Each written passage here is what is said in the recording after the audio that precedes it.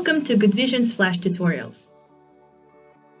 In this episode, you will learn how to process your traffic video from Dropbox. Let's log into GoodVision Video Insights. For processing videos in GoodVision Video Insights, you'll need a dedicated project.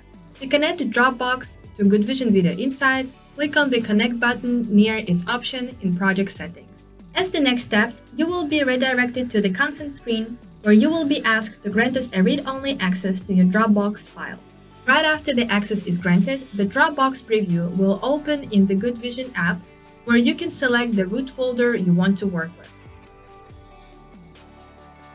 When Dropbox is connected, you can continue with creating project structure for future data processing. Fill in the data source name, choose Dropbox as a source tab and the appropriate device tab.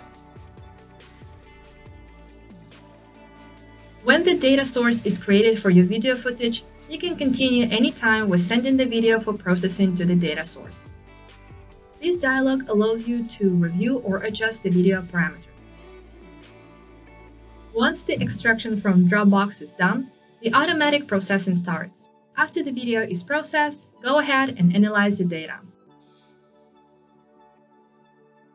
Thank you for watching. Subscribe for more tutorials.